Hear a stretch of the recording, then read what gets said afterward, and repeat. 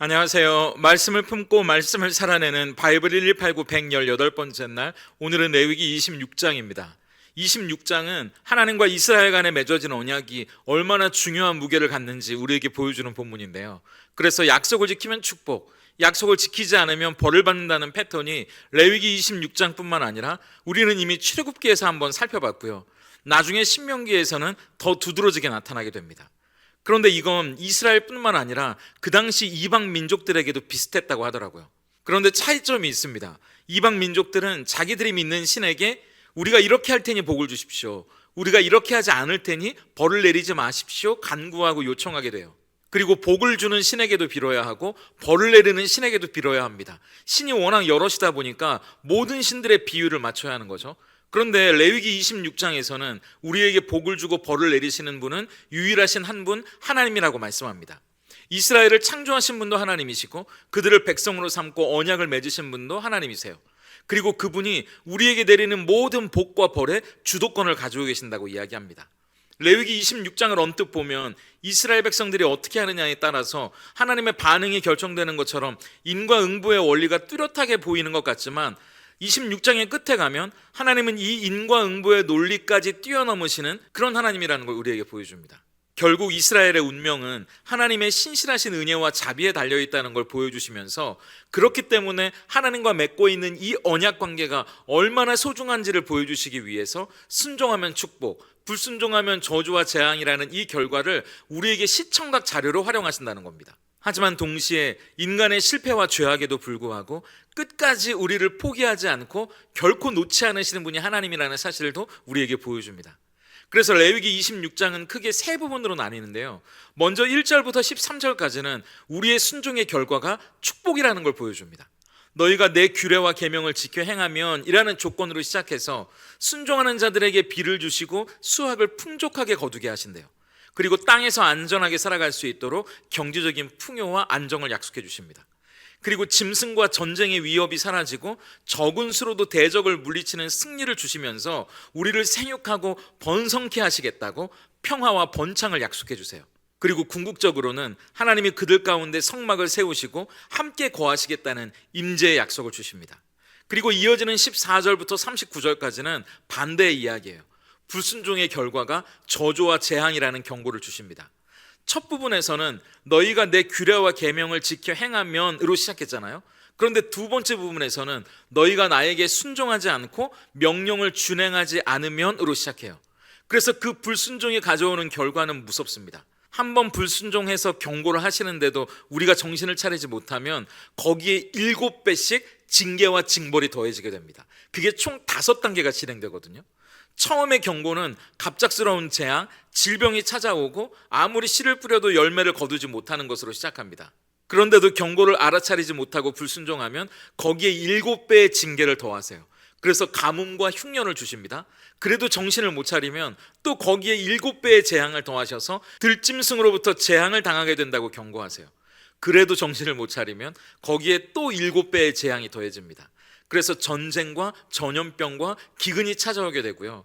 그래도 또 돌이키지 않는다면 하나님이 맹렬한 진노로 거기에 7배를 더하십니다.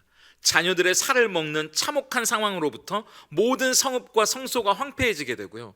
포로로 그들이 끌려가게 되고 결국에는 땅이 황무하게 되는 최악의 심판이 임하는 거죠. 그런데 그것으로 끝난다면 얼마나 비참하겠어요? 하지만 감사하게도 마지막 세 번째 부분은 40절부터 45절까지 그럼에도 불구하고 우리에게 주어지는 하나님의 신실하신 사랑과 회복의 약속입니다. 이스라엘 백성들이 만약 자기들의 죄를 자복하고 하나님 앞에 낮아지면 회복의 길이 열릴 거라고 약속해 주십니다. 물론 그렇다고 죄의 대가를 치르지 않아도 되는 건 아니에요. 하지만 하나님은 그들을 끝까지 잊지 않고 기억하시고 다시 회복시키셔서 그들의 하나님이 되어주실 거라고 약속하시면서 26장이 마무리됩니다. 우리가 레위기 26장을 보면서 느끼게 되는 건 축복은 하나님과의 행복한 동행의 결과라는 사실이에요.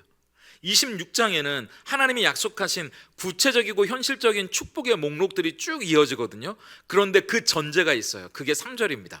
너희가 내 규례와 계명을 준행하면, 하나님의 말씀을 지켜 행하면 아까 우리가 살펴봤던 수많은 축복들을 주신다고 약속하세요. 먹고 사는 경제 문제부터 우리가 살아가는 사회와 나라의 안전과 평화, 그리고 자녀와 가정의 미래까지 다 우리가 살아가는 영역들이잖아요. 이건 바꿔 말하면 하나님이 우리가 살아가는 삶의 구석구석까지 관심을 가지고 계신다는 말이에요. 그래서 그 구석구석까지 세심하게 챙기시고 복을 주신다는 이야기입니다. 제가 명절에 서울집에 올라가면 부모님이 꼭 반찬을 싸주시거든요.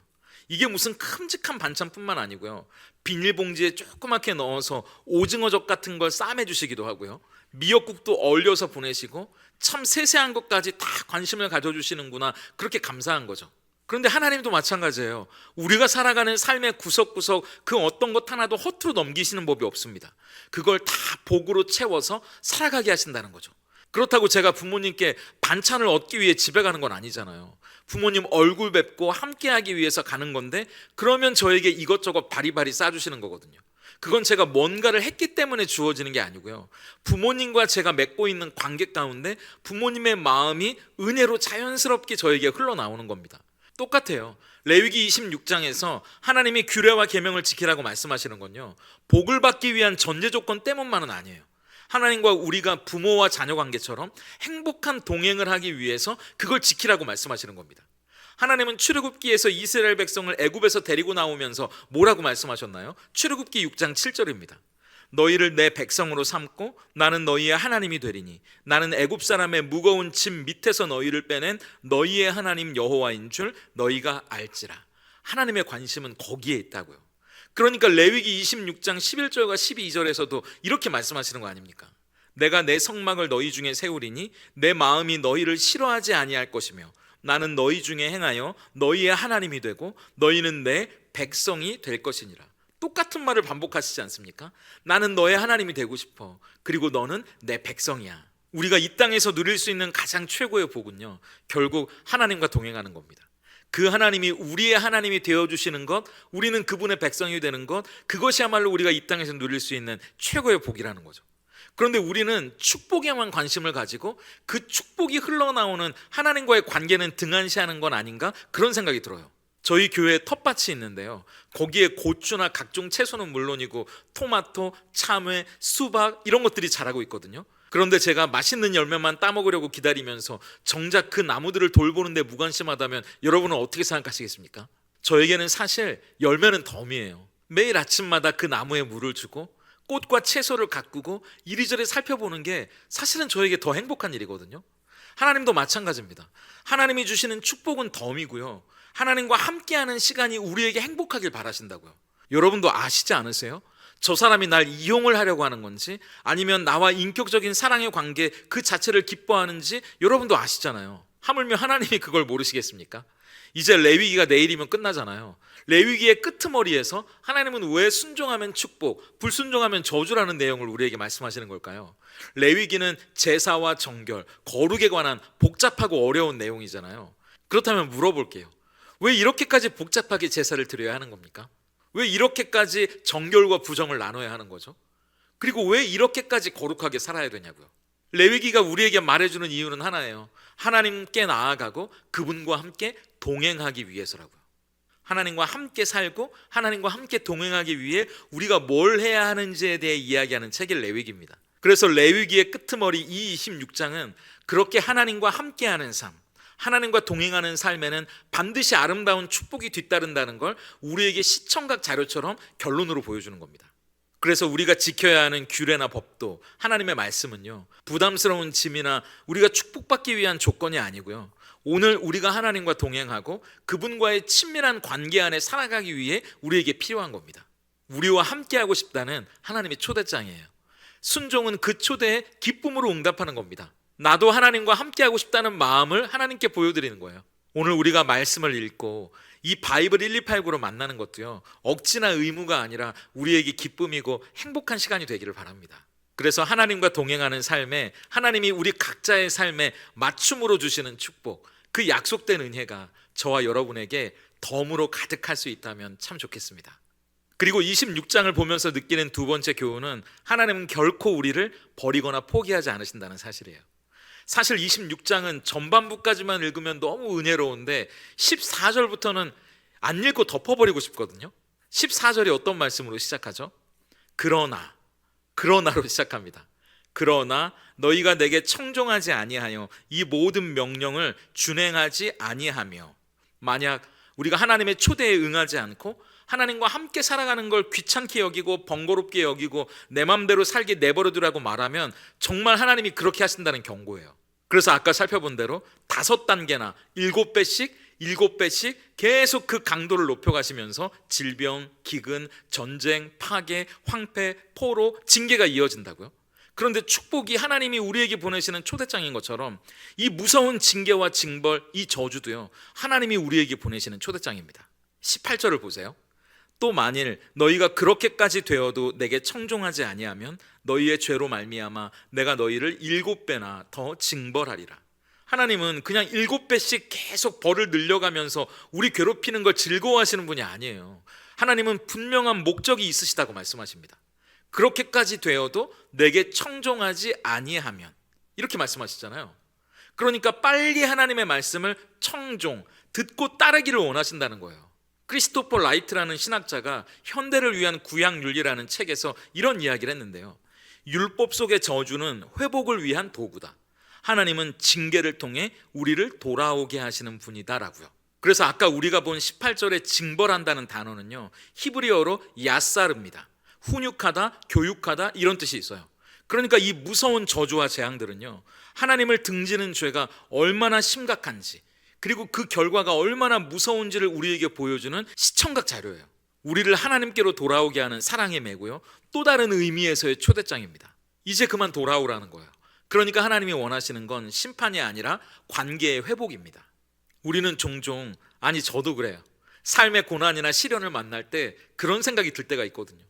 하나님이 나를 벌하시는구나, 나는 이렇게 끝나나 보다. 모든 걸 하나님의 징계라고 볼 수는 없지만 그게 징계라고 해도 그건 하나님이 우리를 버리시는 게 결코 아니라고 레위기 26장은 우리에게 이야기합니다.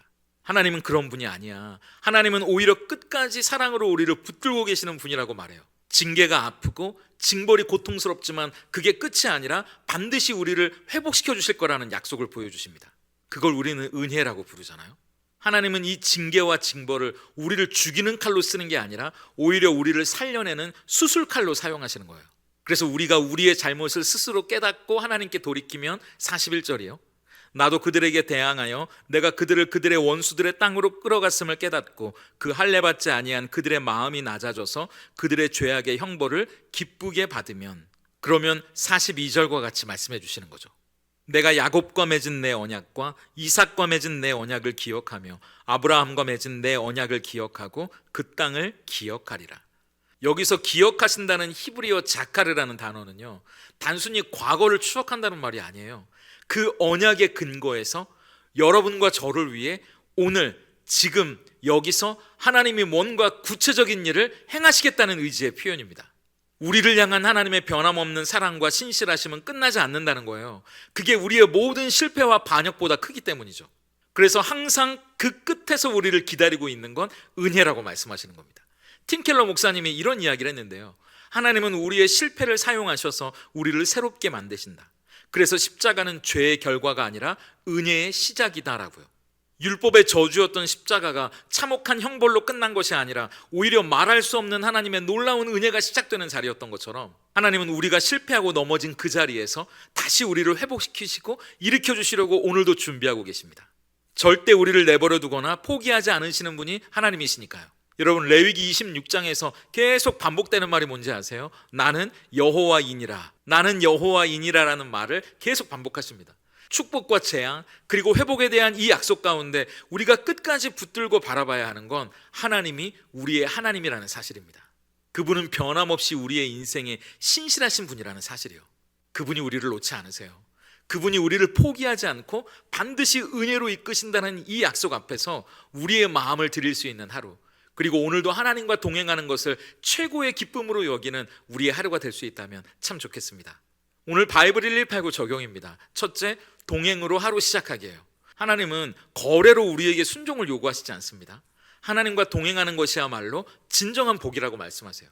그래서 이번 한 주는요, 하나님 제 삶을 이렇게 해주세요, 저렇게 해주세요, 저에게 이걸 주세요, 이런 기도가 아니고요, 하루를 시작하면서 하나님 오늘도 하나님과 함께 걷고 싶습니다, 하나님과 동행하고 싶습니다, 그 기도로 하루를 시작해 보시면 좋겠습니다. 그리고 둘째, 하루 한 가지 순종 리스트 체크하기예요. 하루에 2가지, 3가지도 아니고요, 딱 한 가지만 하나님께 드릴 순종의 리스트를 한번 만들어 보세요. 각자의 삶 속에 하나님의 말씀하시는 명령이 될 수도 있겠고, 그리고 우리 마음에 자발적으로 하나님께 드리고 싶은 삶의 모습이 될 수도 있겠죠. 일상의 평범한 자리에서 하나님의 말씀을 우리 마음에 새기고 매일 한 가지, 2가지, 3가지도 아니고요, 한 가지만이라도 하나님께 실천하며 올려드릴 수 있다면 좋겠습니다. 함께 기도하겠습니다. 사랑과 은혜가 풍성하시고 한이 없으신 하나님을 새삼 생각합니다. 우리는 종종 보이는 축복에만 마음을 빼앗겨 정작 그 모든 좋은 것들의 근원이 되시는 하나님과의 관계는 소홀히 하지 않았는지 돌아봅니다. 오늘 우리를 향해 나와 함께 걷자, 나와 함께하자 건네시는 사랑의 초대장에 기쁨으로 반응하는 우리이기를 소망합니다. 날마다 하나님과의 친밀한 교제를 우선순위에 두게 하셔서 억지나 의무가 아니라 우러나오는 순종으로 동행할 때 말씀에 약속하신 아름다운 축복이 덤으로 우리 성도님들의 삶에 부어지게 하시옵소서. 덮어버리고 싶지만 그래도 마주해야 하는 저주의 경고들 앞에서 스스로를 더 정직히 돌아봅니다. 주님의 사랑의 훈계와 경고를 무시하고 죄의 길에서 돌이키지 못했던 우리의 완악함을 고백하오니 용서해 주시고, 끝까지 우리를 버리거나 포기하지 않고 붙드시고 일으키시는 은혜를 바라보며 다시 시작하는 우리들 되게 하시옵소서. 또 넘어지고 실패할지라도 하나님이 우리의 하나님이라는 사실을 잊지 않게 하셔서 아브라함과 이삭과 야곱에게 약속하셨던 그 언약의 축복이 우리의 것임도 신뢰하며 다시 하나님을 찾고 바라며 따르게 하시옵소서. 예수님의 이름으로 기도드립니다. 아멘.